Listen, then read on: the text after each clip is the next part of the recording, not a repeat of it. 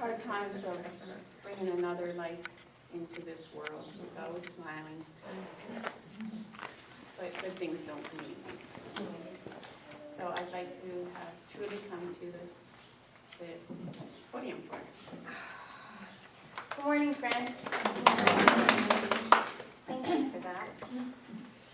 Ooh, it was hard work getting out of bed this morning, I have to tell you. I look a little further along than I really am. I'm actually only 7 months pregnant, although I probably look 9. Nonetheless, it's still good. So happy Father's Day to all those fathers and mothers that have had to be fathers. We know there are lots out there, single parents and whatnot. It's a very special day. And fathering really isn't just always about having blood relations to look after either. Sometimes it's just about taking care of another person. So anyway, that's not what my lecture or talk is on today. My talk is actually titled, Hey Truly, Watch Your Telltales. This talk I wrote actually last summer. I modified it a little bit. And it actually has a lot to do with sailing. So I hope you are interested in sailing, or at least you'll have a little bit more of a fundamental education about it when we're done. I actually even brought pictures. So, all right, here we go. When my brother and I were kids, we were very lucky to have 2 godparents that loved us very much and took an active interest in our well-being. Our parents loved us very much and felt it was in our best interest if my mom stayed home to take care of us. So consequently, we were a one-income family. We were blessed with many gifts from both sets of parents. Each summer, my godparents enrolled us in sailing school as a part of our gift for the year, Christmas, birthdays, etc. So I'm so grateful that they did. Believe it or not, I was a very isolated, introverted indigo as a child. Yeah, I'm an indigo. It's true. They would have sent me on my own to sailing school, but I would not go without my brother. He was my safety net. Anyway, because I waited for him, we were always in the same class, which I think he really disliked. But we always had one another to practice knots with. We both loved being on the water. We had a pool in our backyard, and we'd both taken swimming lessons most of our lives. Being on the water taught us so many things about our life lessons. We learned about nature, teamwork, diversity, understanding, natural forces, and drive. One of the greatest lessons I learned was about constantly trimming the sails. So, trimming the sails is a term meaning to check your sails and adjust them accordingly to make sure you receive and retain as much wind as possible. So the kind of sailboats that we used to sail were about 14 feet long and had 2 sails, one big mast in the center. Laser 14s is really what they were. We also sailed CL 14s, but those are bigger, heavier. Anyway, it looked very similar to this. Okay, this looks very similar to a, well, kind of anyway. It was the best I could come up with this morning. So, when you trim the sail, what you're doing is you're making sure you're getting just enough wind so that the wind catches the sail so that it propels you forward, okay? On each sail, there are a set of telltales. And they are actually small ribbons or yarn attached to each side of the sail that both stream horizontally to indicate properly trimmed sails. So on this picture, and I'll pass it around, you'll be able to see there's little red, they're telltales, they're little ribbons, okay? And when it's trimmed properly, the ribbon will actually stream horizontally perfectly. So I'll pass that and you guys can pass it around. Kind of neat. Okay, where were we? Okay. It's very easily to become distracted when you're sailing, believe it or not. And you know, you don't mean to, but you end up ignoring your telltales. Telltales are so very important, but we never give them enough credit. When we were sailing, the sun was usually shining, the sky was blue, the water had a little bit of a ripple from the blowing wind. It was gorgeous. And if it was an exceptionally windy day, we did something called trapeze. Now, I want you to literally think of at the circus. The trapeze is that thing that they would swing on. Yeah, you can do that off the boat, believe it or not. This is kind of what it looks like. So, imagine you're standing, you've got a harness on, and the top of the harness, or the wire for the harness, is attached to the top of the mast, the big tall pole, very top. And what you do is you literally stand on the side of the boat. So, I'll show you, not very ladylike, but I'll show you. So you're hanging like this, you've got the harness here, and you've got both feet like this off the edge of the boat, and you're leaning back like this. Really fun, really fun. So, there's a couple of examples of trapezing. Okay. So you get caught up in the trapeze, and you're not paying attention, and the sun is beautiful, and the wind is in your face, and everything's going really well, and all of a sudden your telltales go like this. They're all over the place, okay? And you start going, uh-oh, uh-oh, and then all of a sudden, whoop, dumped, there you go into the water, okay? So what's happened is you've actually capsized your boat. You've turned it right on its end. Yeah, I did that. I've done that on a few occasions.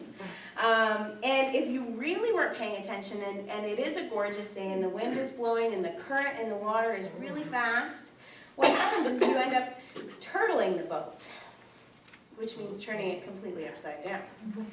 And I've done that too, which is not fun, because sometimes you get your mast caught in the mud in the bottom of the lake. So you're in big trouble at that point. So,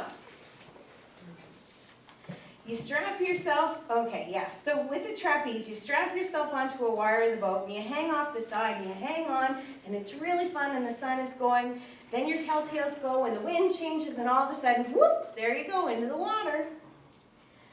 So, I can still hear, when I think back and when I think of my memories, I can still hear my two instructors yelling from a dinghy off the side with a little motor on it. Hey, Truly, watch your telltales! And then all of a sudden, into the water I would go. I have turtled a few boats. I've actually broken 2 masts in my life, which is a rather expensive adventure. But I can tell you it was a lot of fun. And sailing is a lot of fun in the fact that it can be such a beautiful ride, just like life. So lately, and this is where it comes to you guys, so lately I've had a rash of clients come in with some really big life changes, okay? And in fact, most of them see the signs that life was about to change, but we're so caught up in the beautiful sunshine, in the ripple in the water, in the blue sky, in everything else in their life that was going on, that they missed it when it was happening. You see, they forgot to check their telltales. They forgot to see what was really going on. They forgot to pay attention. And that happens a lot. Actually, that's happened to me recently, not checking my telltales. Although I check, there's some checks I do along the way anyway, but there's a couple things that I've forgotten recently too, and I've had to double check on, okay, I should look at my telltales, I should watch. Oh yeah, sun's shining. No, pay attention. Because it's not easy. It's not hard to get distracted. It's very easy to just carry on with whatever's going on in our life and not check in. Anyway, so it's not easy to always check on your telltales, but you learn how important they are, and you learn to make them a priority so that you don't dump your boat and break your mast. You put checks in place. So for example, for myself in my personal life, not just when I'm sailing, I have these checks that I make. So every time I would see a certain spot on the water, because we always used to sail in the same spot back and forth when we were taking lessons, I would see this marker and I would go, oh yeah, check my telltales. Okay, or I'd see the pier, oh yeah, check my telltales. So in my life currently, I make sure that I check with my partner if he's okay every day. And how I do that is I make sure that I tell him that I love him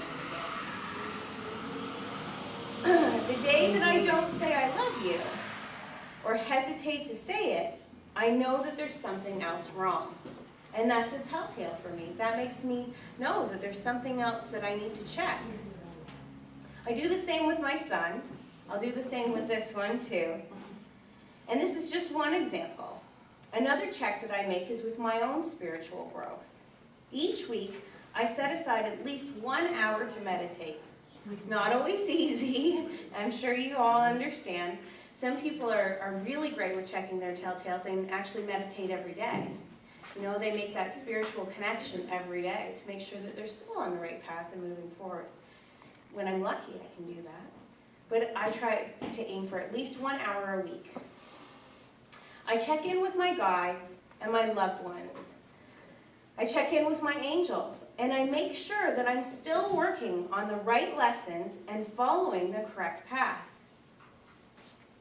When I have trouble meditating, that's a telltale for me to pay attention to. If I don't correct the things that are preventing me from meditating, then my boat will end up turtled. And I don't want to do that again. Disaster is usually so easily diverted, and yet we forget to watch our telltales all the time. My friends, please, do a check. Check the direction of your life and the direction of your relationships.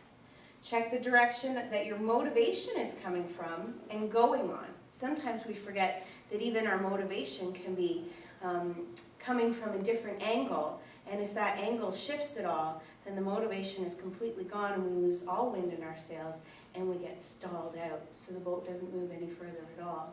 How many of us are feeling stuck in our life right now? Okay, check where your motivation's coming from.